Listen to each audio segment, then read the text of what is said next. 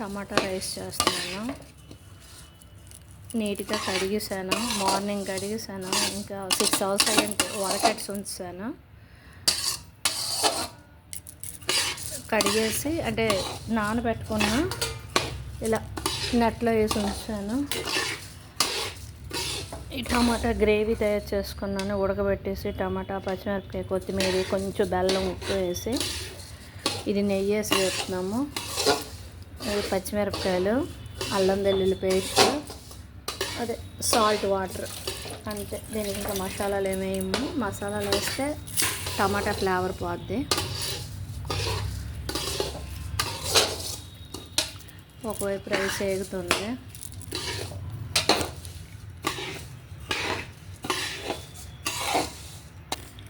Oil వేసాను. Oil వేడెక్కుతుంది. Oil వేడెక్కినప్పుడు కరివేపాకు వేస్తాను.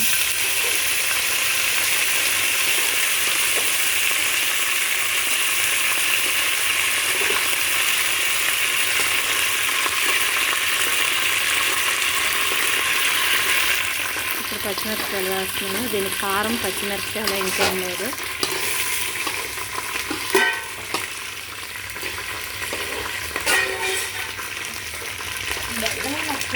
తర్వాత వచ్చేసి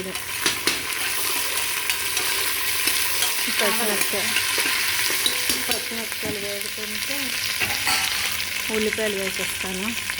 యాక్చువల్గా ఇవాళ దమ్ము పెడదాం అనుకున్నాను. ఇక్కడ అన్ని బొగ్గులు గట్టా ఉన్నాయి. అనుకోకుండా మా అమ్మగారు ఇంట్లో బాగాలేకుండా హాస్పిటల్ పని మీద తిరగవలసి వచ్చి లేట్ అయిపోయింది.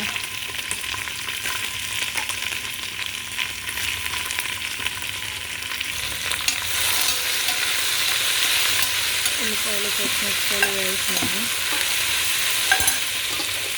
ఇది నెయ్యిలో ఒకవైపు రైస్ వేగుతుంది.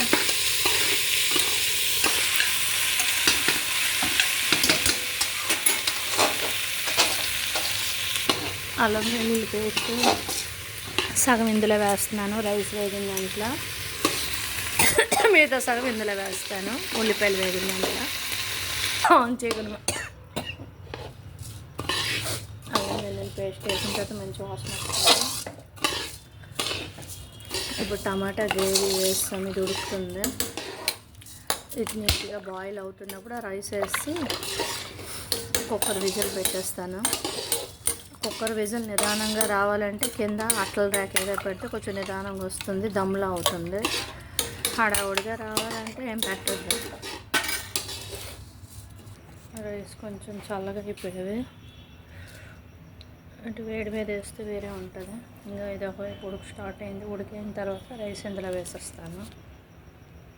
ఉడుకుతుంది. ఇప్పుడు ఇందులో రైస్ వేస్తాము.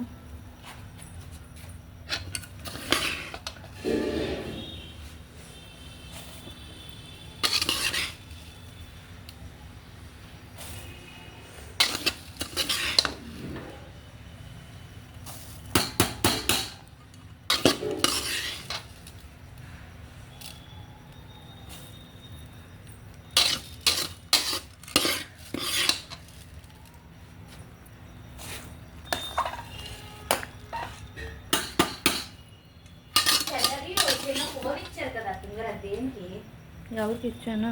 మా ఆయనకి ఫోన్. అది అక్కడ ఆఫీస్ది. అక్కడ ఆఫీస్లో పెట్టాడు. అది నేను తెచ్చాను, ఇక్కడ ఉపయోగపడుతుందని. నేను తెచ్చుకున్నాను కానీ విజిల్ పెట్టాను. 3 విజిల్ పెడదాం అనుకున్నాను. కుక్కర్ అంటేసి మాడాసన వచ్చింది. స్మెల్ తేడా కొట్టింది. అందుకే మళ్ళీ ఇందులోకి మార్చి కొంచెం వాటర్ వేసి పెడుతున్నాను. చూడాలి ఎలా వస్తుందో.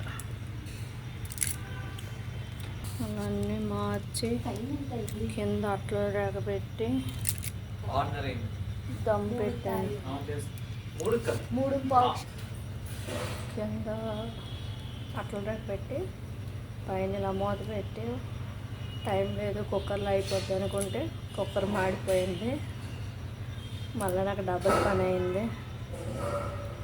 ఇలా పెట్టాను.